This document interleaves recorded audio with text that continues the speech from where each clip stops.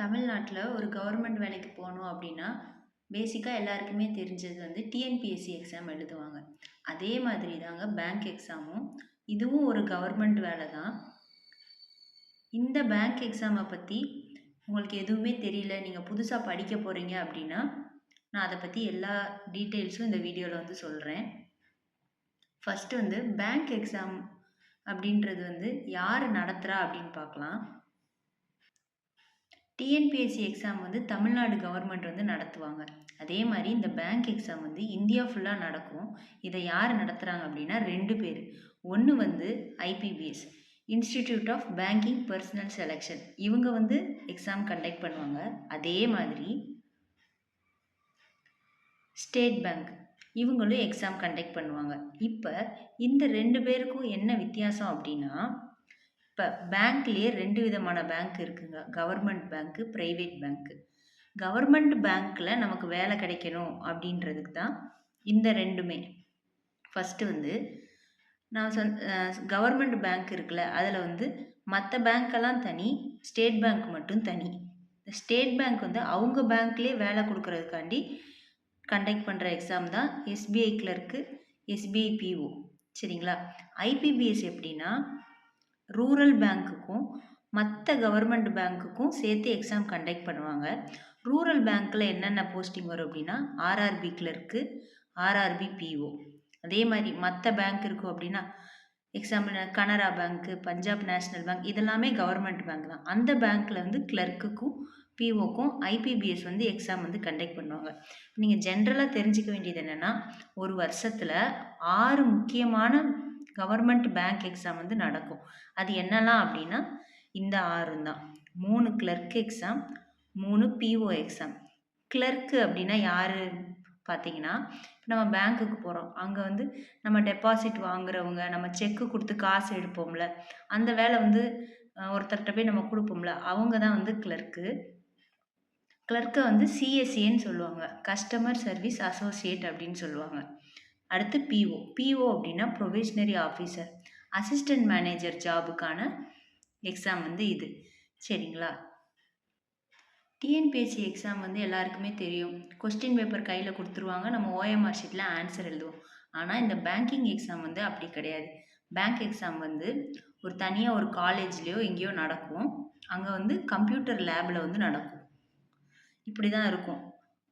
அங்கே நம்ம ஒவ்வொரு ஆளுக்கு தனித்தனியாக கம்ப்யூட்டர் கொடுத்துருப்பாங்க. தனித்தனியாக அந்த நடுவில் ஸ்க்ரீன்ஸ் இருக்கும். இங்கே தான் நம்மளை அலாட் பண்ணி அங்கே நமக்கு எக்ஸாம் நடக்கும்.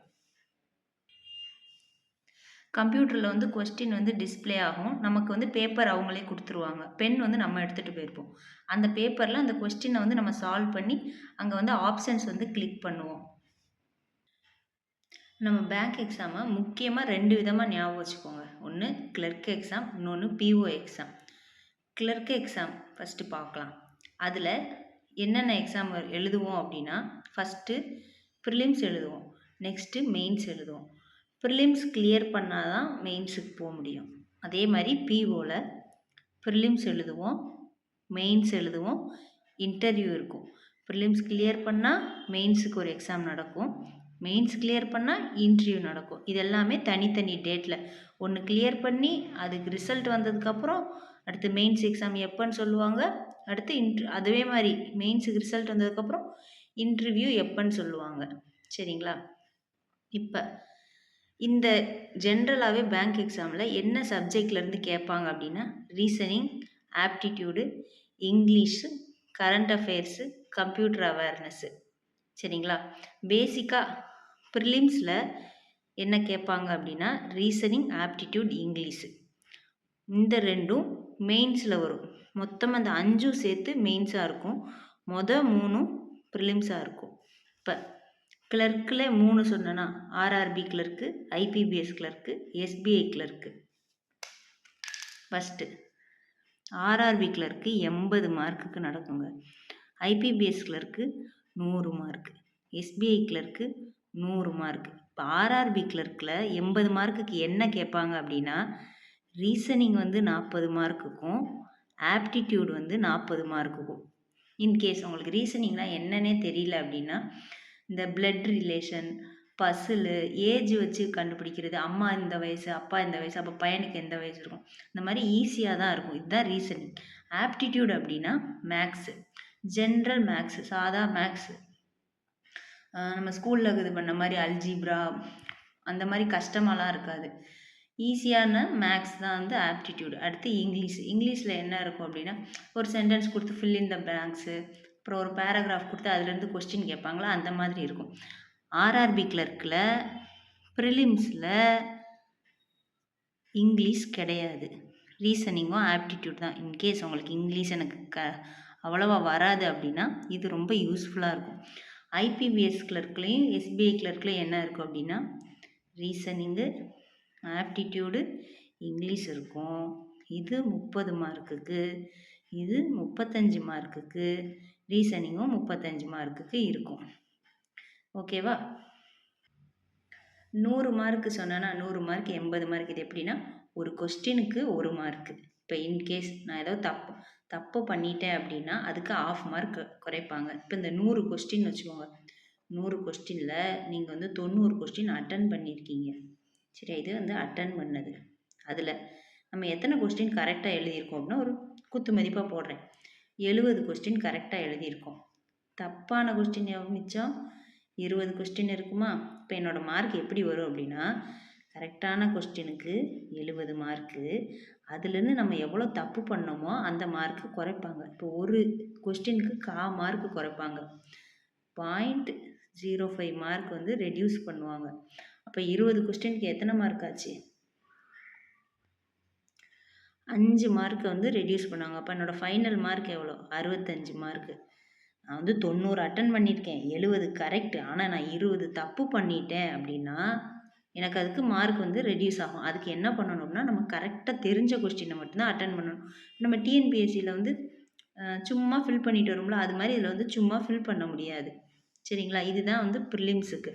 இப்போ ப்ரிலிம்ஸில் இப்போ எல்லாருமே ஒவ்வொரு மார்க் எடுப்பாங்களா, எப்படி வந்து மெயின்ஸுக்கு செலக்ட் பண்ணுவாங்க அப்படின்னா, இந்த 100 மார்க்குக்கு 65 மார்க்குக்கு மேலே எடுக்கிறவங்கலாம் பாஸு அப்படின்னு சொல்லியிருந்தாங்கன்னா, இதுக்கு பேர் தான் கட் ஆஃப்.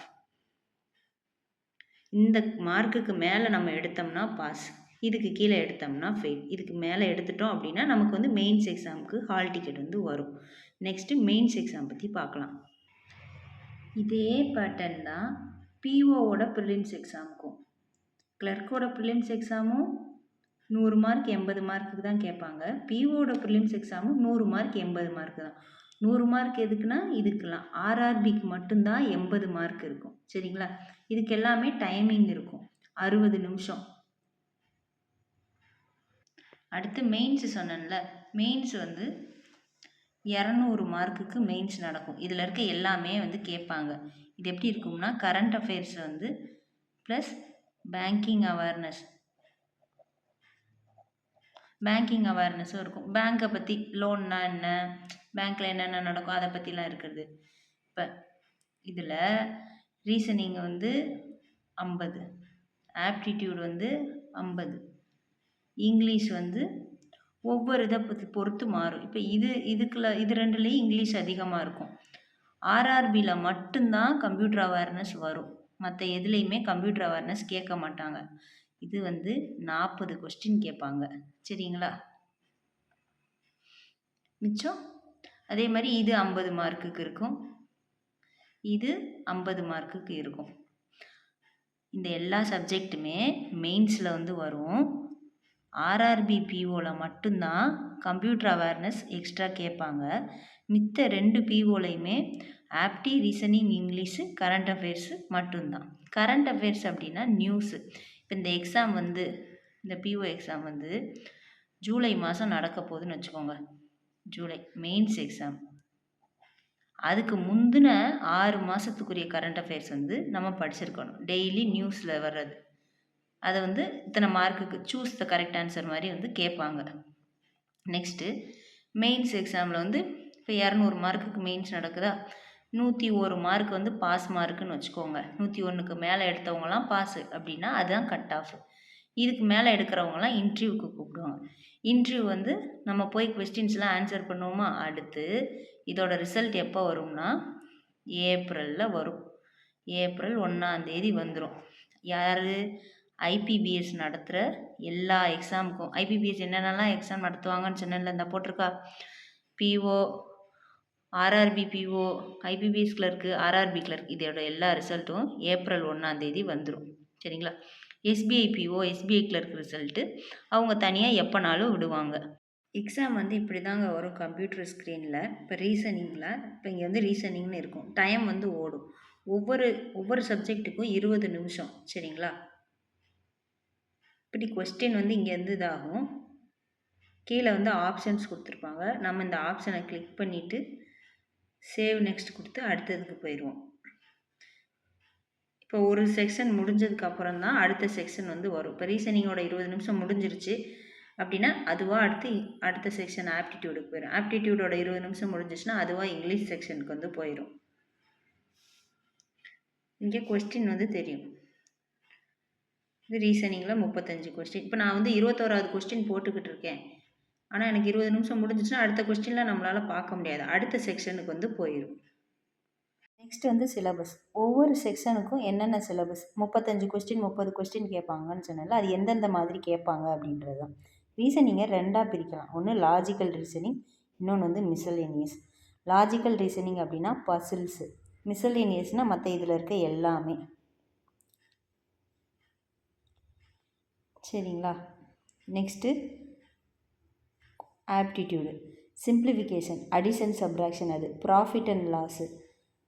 அடுத்து மிக்சர் அலிகேஷன், பால் இவ்வளோ இருக்குது அதில் இவ்வளோ தண்ணி கலந்துருக்காங்க அந்த question. Simple interest, compound interest. Work time, இத்தனை பேர் ஒர்க் பண்ணாங்க, இவ்வளோ நேரம் ஒர்க் பண்ணாங்க அப்படின்னா அந்த ஒர்க் எவ்வளோ நேரத்தில் முடியும் அப்படின்றது. அடுத்து டைம் அண்ட் டிஸ்டன்ஸு, ஏதோ ஒரு வண்டி போகுது, இந்த டிஸ்டன்ஸை வந்து கிராஸ் பண்ண எவ்வளோ நேரம் ஆகும் அது. அடுத்து மென்சுரேஷன், ஒரு சிலிண்டர் இல்லை ஒரு ஸ்கொயர்லோட அந்த ஷேப்பு, ஏரியா, பெரிமீட்டர் அது கண்டுபிடிக்காது.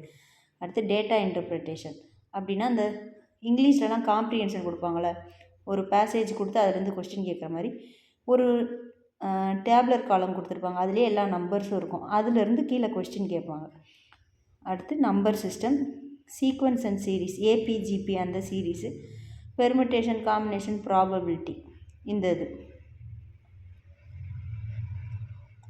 நெக்ஸ்ட்டு வந்து இங்கிலீஷ் வந்து ரொம்ப ஈஸியாக இருக்கும். ஃபஸ்ட்டு ரீடிங் காம்ப்ரிஹென்ஷன், அடுத்து கிளாஸ் டெஸ்ட்னால் ஒரு பேராகிராஃப் கொடுத்துருப்பாங்க, அதில் டேஷாக இருக்கும் அங்கங்கே, அதுக்கு 4 ஆப்ஷன் கொடுத்துருப்பாங்க. அதை நம்ம வாசிச்சுட்டே வர்றப்ப நடுவில் இந்த டேஷில் எந்த ஆப்ஷன் வந்து எங்கே வரும் அப்படின்னு போடுறது. அடுத்து பேராஜம்பிள், அடுத்து மிசலேனியஸ்னால் ஃபில் இன் த பிளாங்க்ஸ் மாதிரி, இது ரெண்டுமே ஒன்று தான். நெக்ஸ்ட் வந்து எரர் ஸ்பாட்டிங், ஒரு சென்டென்ஸ் கொடுத்துட்டு இதில் என்ன கிராமர் எரர் இருக்குது அப்படின்னு கேட்பாங்க. பேராகிராஃப் கம்ப்ளீஷன், ஒரு பேராகிராஃபை கொடுத்துட்டு அதை வந்து கம்ப்ளீட் பண்ணுறது, நெக்ஸ்ட் சென்டென்ஸ் என்ன வரும் அந்த மாதிரி. அடுத்து வொக்காபுலரி, ஸ்பெல்லிங் மிஸ்டேக் கண்டுபிடிக்கிறது. சென்டென்ஸ் இம்ப்ரூவ்மெண்ட், ஒரு சென்டென்ஸ் இருக்கும், பாதி சென்டென்ஸ் இருக்கும், அடுத்த சென்டென்ஸோட கண்டினியூஷன் என்ன வரும் அப்படின்னு கீழே ஆப்ஷன்லேருந்து சூஸ் பண்ணுறது.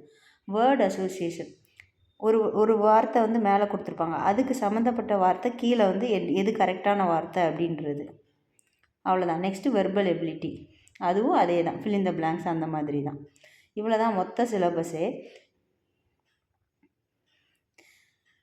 இதெல்லாம் எப்படி படிக்கணும் அப்படின்னா, ஃபஸ்ட்டு சிலபஸ் என்னென்னு எடுத்து எழுதி வச்சுக்கோங்க.